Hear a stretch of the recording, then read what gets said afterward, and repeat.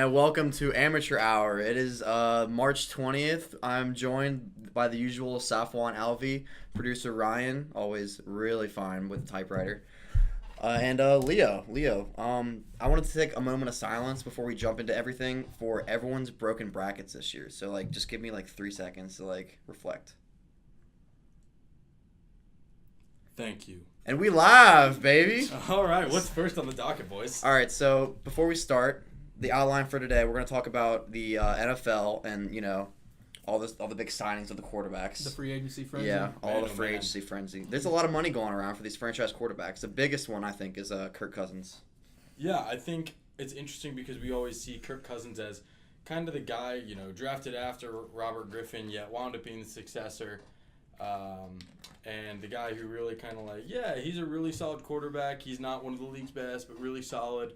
But then all of a sudden he makes all these great plays. You say, wow, he's one of the league's best. But then he throws one pick and, oh, wow, he's the league's worst. It's so easy to turn tides on a guy that's not a franchise quarterback that we know, like Aaron Rodgers, on a team like the Redskins. It's just so easy to, send him into the sidelines. Well, we don't think of him as one, but I tell you what, the way he was I personally paid, think he's a franchise quarterback. Yeah, me too. Clearly the Vikings do as well. Uh-huh. Yeah, and the toilet bowl, that is Washington. It's kind of hard to play there in the first place. Yeah, and it's a good division. Cousins' deal now sets the market for the quarterback to another level.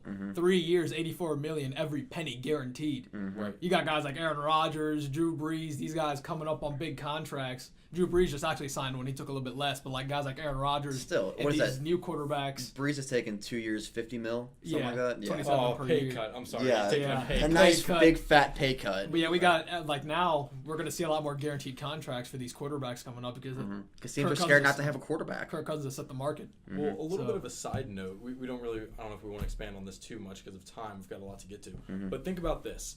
The XFL, which we've talked about in the past, we don't want to get into that too much today. It's coming at a perfect time. People talk about, they're giving themselves a couple years to get this thing set up. They're also putting it at a time when the next NFL CBA runs out and there will be needing a new one. What that means is a potential lockout.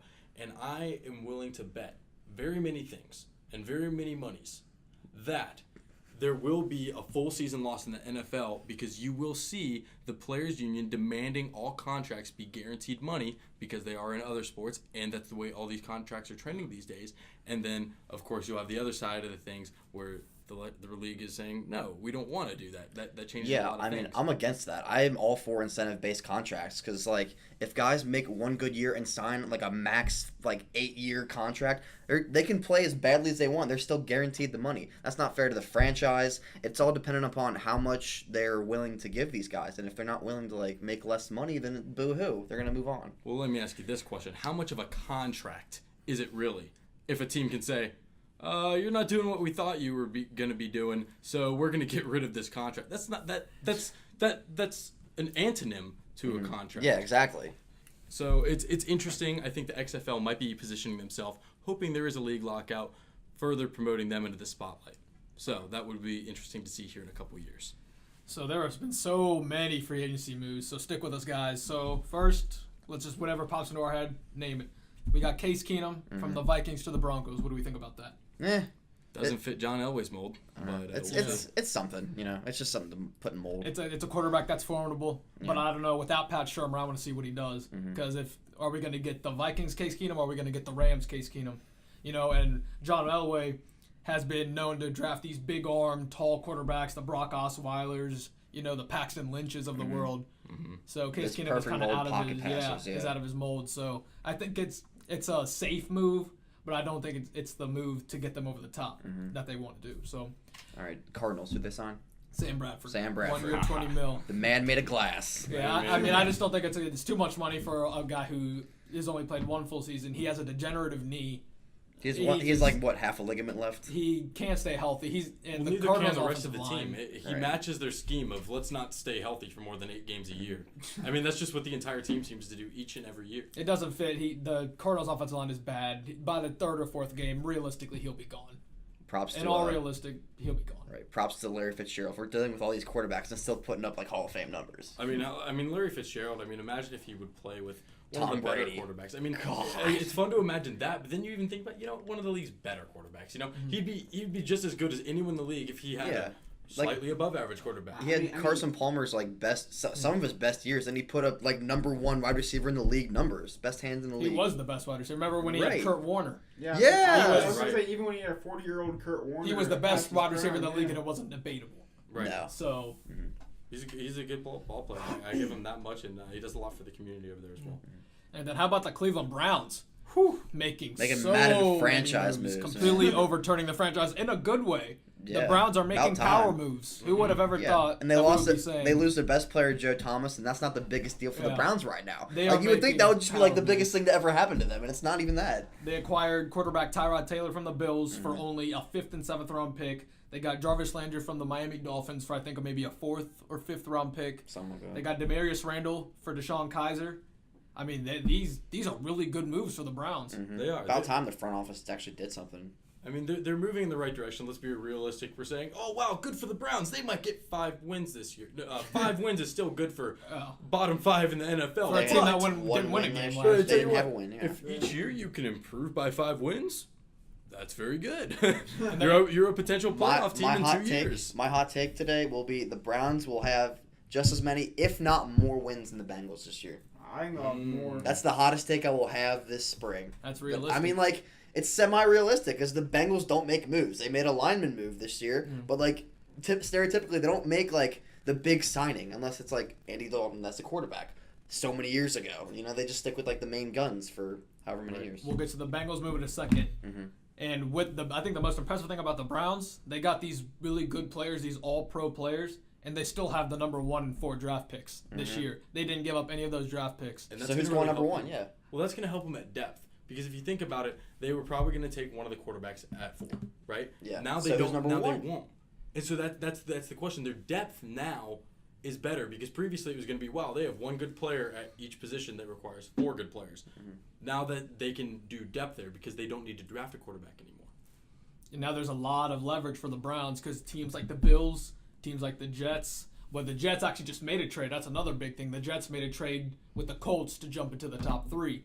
Mm-hmm. Colts and Jets traded their picks, and the Colts got a whole lot of picks, which is good for the Colts because the Colts have the worst roster in the NFL, bar none. And they just need to stack up on talent. They don't need a quarterback. They have their quarterback. They need to stack on as much talent as they can. Mm-hmm. And having 4 picks in the first 2 rounds is the way to do it. Mm-hmm. And they can still get that game changer. They have the number 6 overall pick. They didn't move from number 3 to number 19. Yeah, so they're still going to get the game changer they want. Oh, so they didn't do a Bengals. Okay, great. But yeah, moving on. Let's see a front office do well in the NFL once in a while. Yeah, speaking of the Bengals, so the Bengals acquired offensive tackle Cordy Glenn from the Bills. They traded first-round picks, so the Bills went from 21 to 12. We gave them one of our garbage offensive linemen. Yeah, and we gave them we swapped 5th and 6th round picks. Yeah. I personally like the trade for the Bengals. They upgrade offensive tackle immediately, and they still have a first-round pick, which they can use another offensive lineman on. Because with that number 12 pick, we were going to pick an offensive lineman anyway. That was 99%. A center, preferably. It was almost guaranteed. Mm-hmm. And now you got an offensive tackle who's proven to be one of the better ones in the league, so you instantly improve, and you still have a first-round pick to use. So I think the Bengals made a good move there, and the Bills made a good move because they need a quarterback. They traded Tyrod Taylor, and I don't think anybody or their mom trusts Nathan Peterman to play quarterback. So we might see the Bills make even more moves to jump into the top 10. Yeah, it's like trusting Leo to babysit their daughter. It's not going to happen. I don't trust Leo with anything. Yeah, shuffling a deck of cards. That's probably fair. Yeah, I can't shuffle a deck of cards. I generally just put them on the table and smear them roundabout and hope nobody's watching. So, yeah. I never slip them up my sleeve, though. Unlike Ryan, he's just a big cheater. We had that happen in a big-name poker match between the two of us. I'm wearing long sleeves right now. How do you know I don't have one in my sleeve, right now? I know you've always got something up your sleeve, man. I know you do. Like what? It's an expression, bro. I think. All right, we got to get back to sports. Your IQ's just hampering us. A quick few more trades that we won't talk too much because we have a lot more to get to, but there's a few more trades. Jordy Nelson to the Raiders, Deion Lewis, Malcolm Butler to the Titans. The Raiders made another move too, didn't they? They made 2 moves on they Friday or Michael Saturday. Crabtree. Yeah, there was another one they signed somebody else. I forgot. Yeah, I forget. We'll get back to that. They picked up a receiver. I know that much. Mm-hmm. Yeah, Jordy Nelson. That's who it was. That's right. It was somebody else. They picked up Jordy Nelson for nothing but cash either because he was cut. Yeah, and Michael Crabtree is now with the Ravens. Mm-hmm. So, and we know Michael Bennett to the Eagles, Haloti Ngata to the Eagles, A lot of moves, guys. A lot of moves here. Doug Martin to the Raiders. That was the thing I was That's picking up. right. Muscle hamster. And Right. Marshawn Lynch will remain with the Raiders. Yeah, so that's a nice 1-2 combo. And they have Derek Carr coming back. They're a good playoff team. They are. And back to the Bengals, they met their linebacker need with Preston Brown from Northwest. Yeah. Right, they did replace... From the Buffalo Bills. Yeah. Started every game, has 100-plus tackles. Mhm. That's a Like very Pro solid. Bowl or two. Very Especially solid with pickup Perfect, for them. likely getting a PED suspension. I mean, I read up on that. He was prescribed something for like the concussion he had that he suffered against Juju, who's still bragging about that. The NFL needs to look at that. He's like literally bragging on Twitter about like messing up Burfict's head. Burfict was taking... He's already messed up. Yeah, well, give or take. But Burfict was taking something for his head. I think it was like extensive painkillers, and like he failed a drug test like the next week. And the NFL is just now doing something about it because they want to suspend him and like get him out of the league because of how he plays and everything. Yeah, personally, there's no reason. It's just a witch hunt because he I don't plays believe- aggressively. The Bengals don't need to hold on to Burfict anymore. He's a liability on and off the field. He has injury problems. He's played dirty. Now he has a PED. Whatever he did, it's just always something new with Vontaze Burfict. Right. I like him. He's a good football player, but he's too much of a liability on and off the field. No matter what the Get rid reasons of him. are for him being suspended, like the NFL, if the NFL puts a target on your back, it's time to start making moves. One of Pat McAfee's random, air quotes, drug tests, right? Right. If you guys haven't ever heard of that, go ahead and Google it. It's a really great Yeah. clip. Pat McAfee's a great guy. We're like second to Barstool on the ratings right now, but Barstool still holds the number one for sports podcasts. No, I think that's where we want to be, Ryan. I don't Oh, Yeah, I mean, I'm right. thinking realistically, you know. Ryan's not real good at reading charts, guys. So. And in terms of the NFL draft, More this of a bar year, graph guy.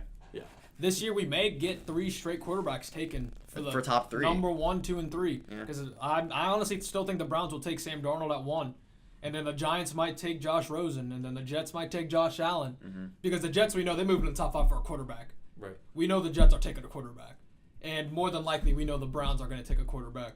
The Giants may take Saquon Barkley. But there's a good chance that the first 3 picks are quarterbacks. When's the last time that happened?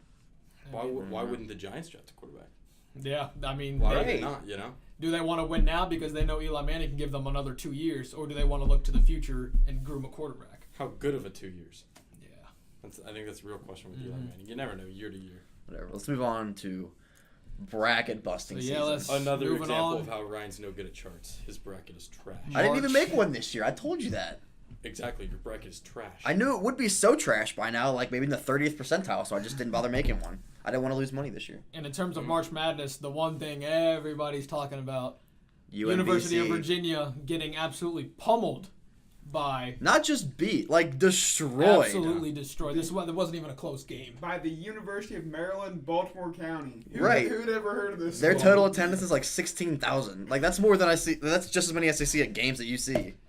And I get that Virginia lost their best pro prospect. They lost DeAndre Hunter before the They're tournament. still a 1 But seed. yeah, that's what I was gonna. It does not matter. Instead of winning by 30, maybe they should have won by 25. Right. You know, that's the Virginia was still the number 1 overall seed. They only had 3 losses for a reason, and losing a good player should not mean you should lose to a 16 seed. I mean, like with teams like Virginia's the team that like they always lose in like the first 3 rounds of the tournament, no matter how good they are. They rely on their defense and their fast pace. They get in the counterattack and they just make the layup and get back, and you know that's all they really do. When you play a team as high octane as that can compete with you on that level, it's like playing down to your opponent.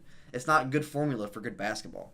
No, you're thinking of the opposite. Virginia plays at a slow pace. Remember, Virginia is the methodical, Oh, yeah, you're right. Yeah, I'm slow-paced sorry. team that relies heavy on defense. I like Tony Bennett. I think he's a really good coach. He really gets the best out of his players, but when it comes to March, I don't trust him. Yeah. Just like Bill Self. I don't trust Bill Self in March. Too many good teams, too many like guys like Andrew Wiggins, the Morris twins, and then not enough to show for it. So, yeah, that was the big upset. 135 times the 16s played a 1, and 135 times they lost. I'm pretty But sure on number 136, number 16 got it done. So this is like the first time in like I think 13 years that like half of the 1 and 2 seeds are already out in the Sweet 16. yeah.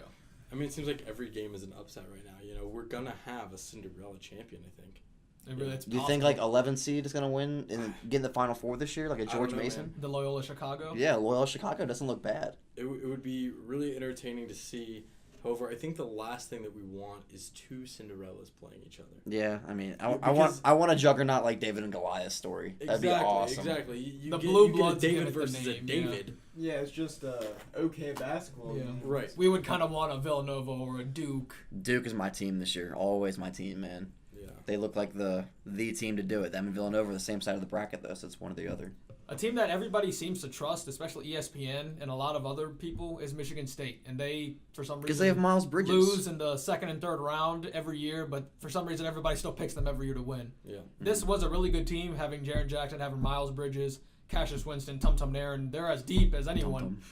But they just another team that really struggles to put it together in March. So I just don't see them like they're a team that could beat Duke, but also lose to like an 11 seed Loyola. It's like yin and yang, you know. Yeah. You can't have night without the day, or the day without the night. You just went full like. I mean, you said something about yin yang. I think that we're all just delaying the inevitable about talking the elephant or elephants or three elephants in the room right now. What, me, you, and Safwan? No. Because Ryan is irrelevant. No, none of those things are true.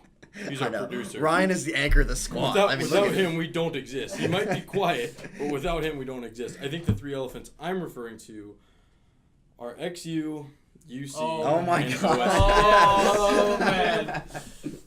Okay, well, first of all, for Ohio State, they weren't even supposed That to was be here this expected, year. yeah. They were projected to finish 11th out of 14th in their own conference. Nobody was projecting them to do anything. This was Chris Holtman's first year. They overachieved, had a great season. They won a game, and they overall had a great season. So Ohio State should be getting credit. They were Doesn't mean it's expected not to be disappointing. here. It was Doesn't- disappointing, yeah. but they lost to clearly the better team, and they had a great season. They did. Now Xavier and UC, they This had was their champion. year. They This had was champion their aspirations.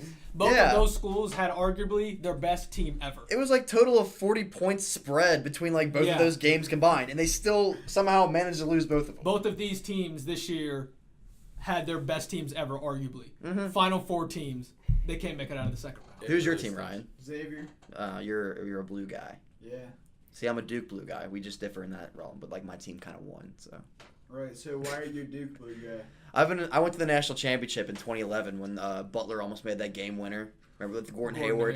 Yeah. Dude, I had shivers down my spine when I watched that game, and I was in the rafters, but like it was still cool to watch and everything. So I immediately became a Duke fan. I've been riding him for 7 years now. I got a Jaleel Okafor jersey last year or 2 years ago, I think. So it's just it's a reliable team. Coach K's my dude. I'm an Ohio State guy. For now, we're getting it done in both basketball and football. Duke can't say that. Xavier can't say that. We have a national championship the past few years, so I'm not complaining. What, basketball? Yeah. That's fair. Xavier's killed me, boys. This was their shot, and I tell you what, people are saying, oh, well, this is great because now they're going to get recruits. I don't know how No. true that is because of the university. Well, now Chris Mack and Mick Cronin are on the hot seat because of these games. Right. Like immediate witch hunt. And, the truth is, even if Xavier does get more recruits, which I don't think they will because they are a smaller university, you ask most people across the country, where's Xavier? They say they're good at basketball. They don't tell you where they are because they don't know. Yeah, because like they don't even have enough people to make a football team. Right. But in addition to that, even if they do get the recruits, they're losing Blewett this year. And what's his face? Mercuro. JP. JP McCuro. Yeah. He had a great tournament. That last He's- foul he had, that was just a gut punch. Yeah, Trayvon Blewett is arguably the best scorer in the history of Yeah. Xavier. Byron Larkin got Either Byron Larkin, Yeah. Sue Holloway, Jordan Yeah. Crawford. I mean, they have a lot. David West. Xavier has a nice history of offensive juggernauts. We could So- see a couple guys in the NBA in just a couple years. I mean, Sumner was drafted, second round last year or Yeah. something? Because he's an Is he athletic now? freak. He's Right. so athletic. He's a bit of a ball hog in college, but Yeah. maybe he's humbled a little bit. I don't know if he's played a game this year in the NBA. We'll see. Yeah, and I think the way UC lost is just so heartbreaking, It's heart-wrenching. so UC. The though. 22 That is point so It's lead. just UC. like a Cincinnati move right there. It's Yeah. just the curse lives on. Mhm. Speaking of, real quick, shout out to my sports blog, Saf1 Sports Talk Yeah. at WordPress.com. I actually wrote Give it a about it. read, dude. I read that almost every other day. It's It's a great live. read. I actually Yeah. just put out, I believe, my best work yet. We turned to the 2012 Reds, the 2016 Bengals as the main scapegoats for Cincinnati sports troubles. I took a look at some of the most overlooked disappointments in Cincinnati sports history, so go check that out. Yeah, for sure. And I think he made a lot of good points that although some of them were like, hey, those are good points, a lot of them were, hey, those were good points. I hadn't even thought of that. And so it was cool to get that point of view that you don't get all that often. Open up your mind a little bit and draw some comparisons you wouldn't have drawn on your own. That man South Wizzy speaks the truth. Yes, Hot takes, cold takes, all the above, man. Appreciate it. He's He's all our over favorite it. what? Oh yeah, you guys' favorite Brown guy. That's right. That's Everyone's right. favorite That's Brown right. guy. One hell of a sports writer too. So Appreciate yeah, it. for sure. But in terms of the tournament, it looks like Villanova and Duke are the two best teams left. Both of them been dominant. They're both the two best coach teams. They're the deepest teams. They got NBA players on both teams. But don't write out UK. They have the easiest road to the Final Four in my mind. Like, they have to play Loyola or Nevada if they beat Kansas State, which is like both easy wins for a hot UK team right now. So don't write off the Big Blue. That's the key. They got hot at the right time. Yeah, exactly. That's the key It's- for anyone. yeah. Look at Loyola. You know, they got hot at the right time. So that's the biggest thing. You know, when you get hot. That's Kentucky really made a great move when they put the ball in Gilgeous-Alexander's hands. Yeah. When they let him run the point. They had like 10 points. He had 10 points a game the entire year, and now he's dropping 20 a game in the He gets to tournament. the paint at will. He gets his teammates involved. He draws defensive attention. So Calipari has let him go with the team, and they have flourished since then. Put the So, game in his hands, and we're seeing good things. Yeah. If you're a UK fan.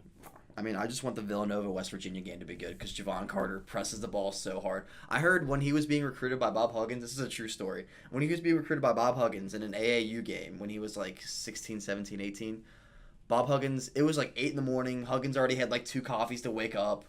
And Javon Carter is the only guy on the floor pressing full court at 8 a.m., like sweating bullets by like 8:15. And Bob Huggins goes, full court press, I want that guy on my team. I don't care how good he is. He's going to scrap for me every play. And he's proven himself to be like one of the better players in the tournament this year. Yeah, Really Javon Carter is definitely one of the best point guards in the nation. Right. Press Virginia, their defense is going to stifle people. It gives people a hard time. Kanate, the big center down low, full of energy, full of confidence, full of the it factor. He drips with juice. There's a lot of guys like that in this tournament, like 7'3", Mo Bamba, Yeah. the guy from Florida State, I don't forget his name, but like he's about 7'2", 7'3". Yeah, a lot of the big name players were eliminated early. Trae Young was eliminated. Trae Young DeAndre announced for the Ayton. draft. He announced Yeah. for the draft too. What's it called? Miles Bridges was eliminated in the second round. Michael Porter was eliminated in the first round. All of these big name guys that we could say, oh, these guys could put the team on the back. They were out early. It's just the teams with like one guy they rely on. Those are the teams that leave early, and that's kind of what you expect. I was seeing that for Arizona. Remember, don't forget about Arizona. Remember, that was a huge upset. I didn't expect them to go A far. lot at all. of people had them winning the tournament because they had DeAndre Ayton. They said they have DeAndre Ayton, they're going far. Yeah, and he almost had the Shaq effect. Like, you don't have the Shaq effect unless you're Shaq. He just dominates games because he's like, what, 6'11", 300 pounds of muscle. Right. Yeah. DeAndre is almost that it factor. Yeah. He's not quite there yet. DeAndre- There will never be a another lot one. of potential, but like there's not going to be There's another Shaq. there's never going to be another Shaq. I think he's 300 as pounds now, so close I guess as he they is. come, right? It doesn't, He's like Kroger brand Shaq.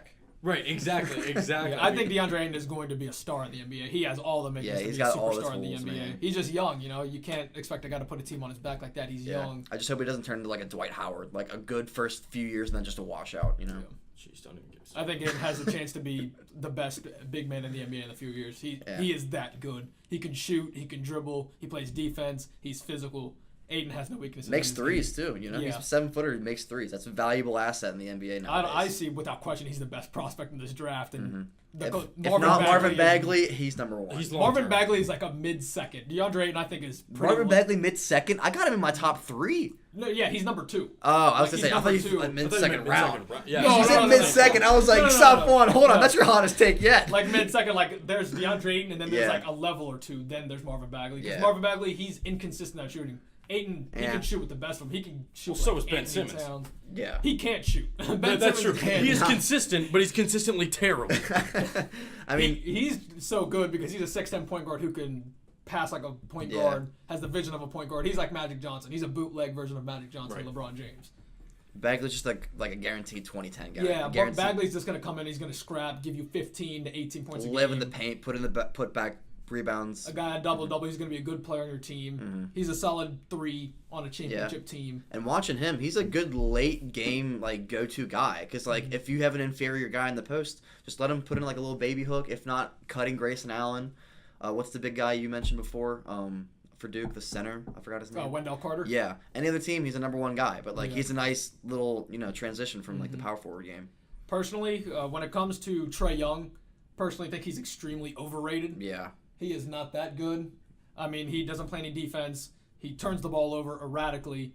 He doesn't see the court as well as people think because he turns the ball over. Yeah. He shoots well, but he's inconsistent at shooting. Throughout the year, he was awful. He's not even a Kroger brand Steph Curry. He's like an Aldi's brand Steph Curry. People hyped him up too Aldi's much. doesn't have a brand, right? It's just Aldi's. I'm just saying. So like, they just sell, like, Kroger brand's Kroger brand, you know? Right. All right, let's wrap it up. All right, so guys, we're going to go ahead and wrap it up. Yeah, do you have any NHL news for us today, Leo? I just want to drop a, I guess, condolences to the city of Miami sports. The city of Miami, RIP. I mean, what's going on, guys? Where are you? Miami Dolphins. Hey, we were terrible. Hey, now let's sell more. Let's get more terrible. No. Miami Dolphins. Or, I meant, Marlins. Mm-hmm. You guys were terrible. Hey, let's trade the 3 best outfielders in baseball. Decent jerseys, though. They're going to look good. Yeah, if you're Floridian. And they have a fish tank behind the backstop. That is something. Yeah, that's going nice for. to watch. Right. I think Derek Jeter might be the best player in their organization. He's their owner. He can still play if he wanted to. And as far as college sports, they make it, but then they disappoint. I mean, it's just city of Miami. Our condolences. I'm really sorry, guys. R.I.P. R.I.P. Yeah. South Miami. I mean, your best sports team right now is the Florida Panthers. Nobody in Florida apparently knows they exist. They're so embarrassed to be from the city of Miami. They call themselves the Florida Panthers, not the Miami Panthers. It's just, it's bad. So R.I.P. to the city of Miami. Our condolences to all of you. So we had a lot of sports going on, guys. We thank you for joining us. A lot more good content coming in the next few weeks with more March Madness and preparation for the draft. The next March Madness or the next weekend should be even better. Yeah. So like tune in next Tuesday. Yeah. So we appreciate you guys listening. We are signing off. Ryan Holy, Saf Wheezy, Leo Leo, Saylor. the producer Ryan, dropping some bombs on us.